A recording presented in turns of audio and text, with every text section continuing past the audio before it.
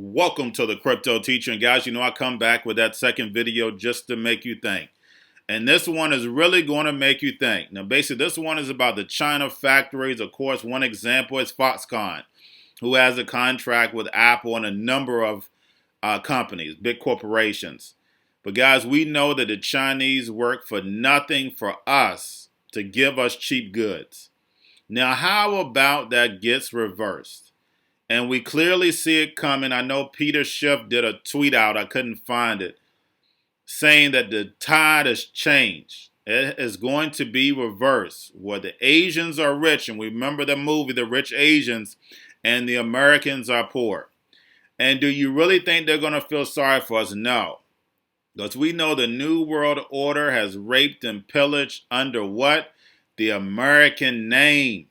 The C word started probably around January, and then basically less than 8 months, they have destroyed small business. The middle class has been wiped out, guys. So the fact is that we have so many people working paycheck to paycheck, and then also we have so many people getting unemployment or either dropped out of the system. So the fact is that what America is reaping, what it has sowed. So please, guys, I know I ask you this a lot. I know you get upset with me. Wake your family, guys. Get them educated. Y'all have a wonderful day. Enjoy the rest of the video.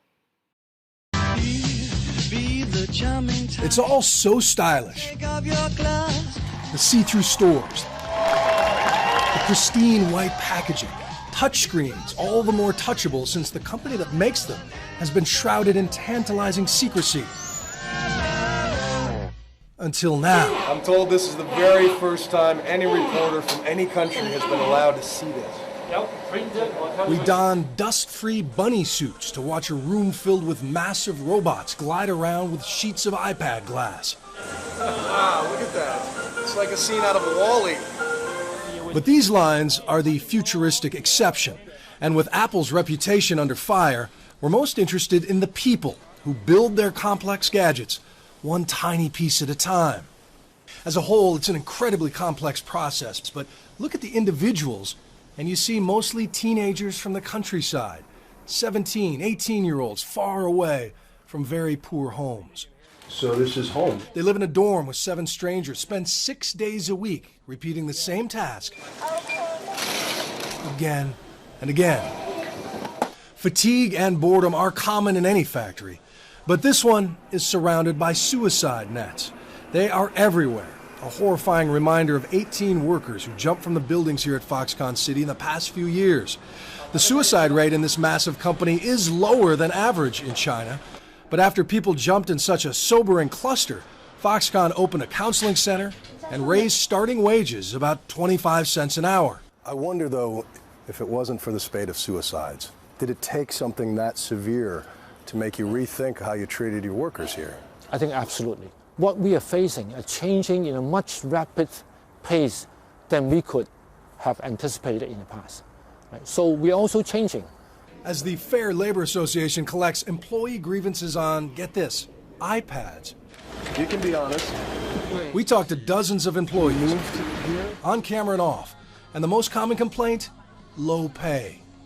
Most, like Zhao Xiaoying, can't afford to live with their own children, much less buy one of the products they help build. While she carves thousands of Apple logos onto the backs of iPads every shift, she's never actually seen a working iPad. What do you want the people who end up buying this to know about you? I want them to know me, she says. I want them to know we put a lot of effort into this product, and when they use it, please use it with care. Girls are like that, yeah.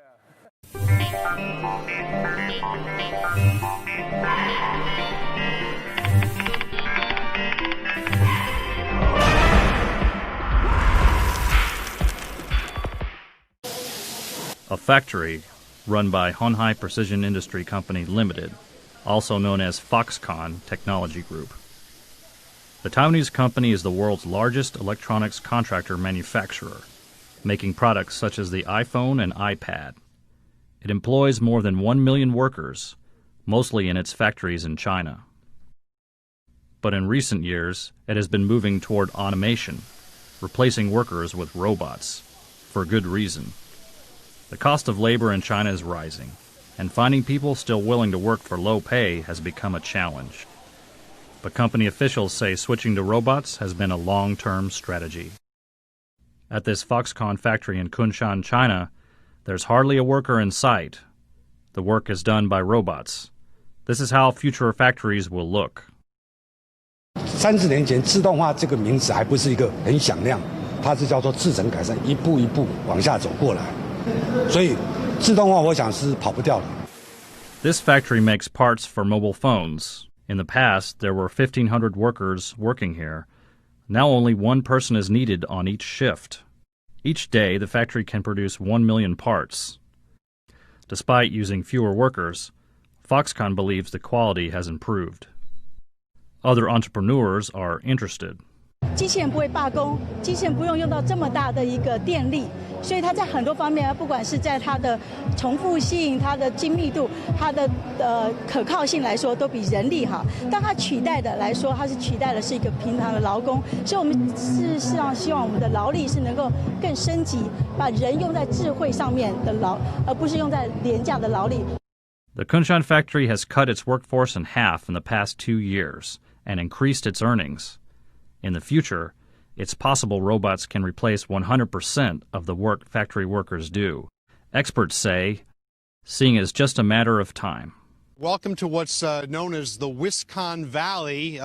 This is what's going on, such as it is. Some construction going on, but not exactly a beehive of activity. Remember the promise. Foxconn was going to spend some $10 billion on a massive manufacturing complex here, hiring 13,000 workers in exchange for some $4.5 billion in subsidies. The deal praised by President Trump when it was announced at the White House. That was back in 2017. Since then, Foxconn has been making its presence known in the state, not just the construction and buying up some buildings, but events like the one up in Milwaukee about an hour from here last night.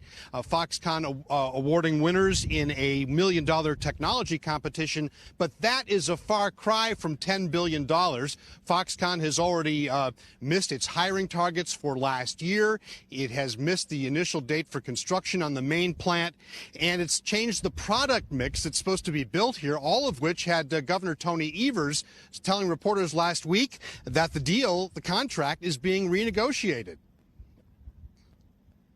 The deal that was struck is no longer in play, and so we will be working with individuals at Foxconn and, of course, with WEDC to figure out how a new set of parameters should be negotiated. WEDC is the Wisconsin Economic Development Corporation. Republicans who control the state legislature pounced on that, claiming that Evers, a Democrat, is trying to sabotage the deal. He says that's not so, and he says that it was Foxconn that first proposed making changes to the deal. Foxconn says it is still committed to hiring 13,000 people, but its head of U.S. initiatives didn't exactly inspire confidence with a tweet the other day. Who has the crystal ball to predict if 13,000 jobs will be created? He made that statement again at the event last night. Of course, if Foxconn doesn't hire the people, it doesn't get the money. But local governments like the one here in Mount Pleasant, Wisconsin, are already spending tens of millions of dollars on infrastructure improvements, and they won't get that money back.